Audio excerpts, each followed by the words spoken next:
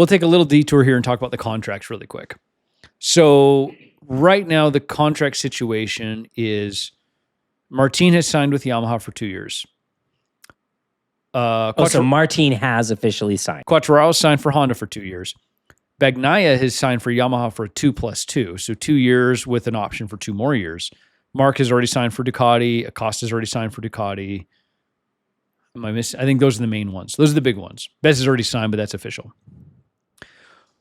Why haven't we heard about this? Why aren't these announced? Why aren't they official contracts? Yeah. The race did a great job, and kudos to them. If you don't follow the Race MotoGP channel, you should. They do a great job. They did a bit talking about this, and it makes perfect sense. Right now, Dorna or MotoGP Entertainment Sports Group. Smeg? Something like that. Yeah. MotoGP Entertainment Sports Group, something like that. It used to be Dorna. Yeah. They and the manufacturers are now in a gridlock right now because in Formula One, there is this Concord Agreement where they, by collective bargaining, all of the manufacturers and teams have a certain dollar figure that they get of TV money, all the other monies that come in for the series, they get a certain percentage of it, right? Because they effectively unionized when they bargained. MotoGP has tried to organize that same way. They have Lynn Jarvis and a few other folks that are trying to help them not just go one at a time and kind of beg with Dorna. Dorna is pushing back hard against this. They do not want to do this. They want the money. Of course they do. But basically what's happened right now is all of the teams, because of this gridlock of agreeing on a new contract, all of the teams are like, fine, I'm not signing. I won't sign for next year. Good luck racing without me. And all of the teams are like locked arms in arms. And they're all saying, we're not signing until you do a Concord Agreement with us. So we all get a cut of the money that we're helping you make. So that's why you're not seeing any of the riders. Because how can I sign Martin for 2 years when I haven't even signed a contract with the series for the next 2 years?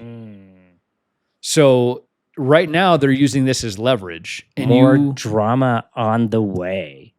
If we were, what's the Formula One Drive to Survive? Right. If we had a Ride to Survive series right now, next year's series, this will be front and center. From what I understand, it's in production. Liberty's got to be working on it, right? I'm almost certain that I could have swore I read it, and I'm not remembering it now because but that was a big part of the whole Liberty media coming, was that we were going to get a Ride to Survive series. If this is not in production, Netflix, I don't have a membership, and I'm not getting one until you do a Ride to Survive. That's right. I'm not paying for Netflix either, by the way. But if Ride to Survive were to pop up, suddenly I'm in. Yeah. But anyway, this is why you haven't heard any contract get announced yet. It's why there's this just gridlock and we haven't heard anything. Because, my gosh, if Martin hasn't signed, you could see him doing whatever he could to stick around with Aprilia. But I don't know if Aprilia wants him. I think they would now. I think a lot would be forgiven on last year's behavior because right now, it was almost a 1-2-3 Aprilia if the transmission thing didn't happen to poor Ayagura. There's a common saying in business, revenue solves a lot of problems. Right? Yeah. In MotoGP, wins solve a lot of problems. Yeah. Yeah. Well, it's really fun. And it seems like Bez and Martin get along well, which makes it fun. That's there was a lot of congratulations and laughing every time they're heading to the podium together. Yeah.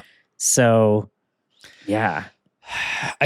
Yes, next year's going to be pretty boring for him. That sitting at the back of the grid on the Yamaha. Totally unless Yamaha can do something. I don't know.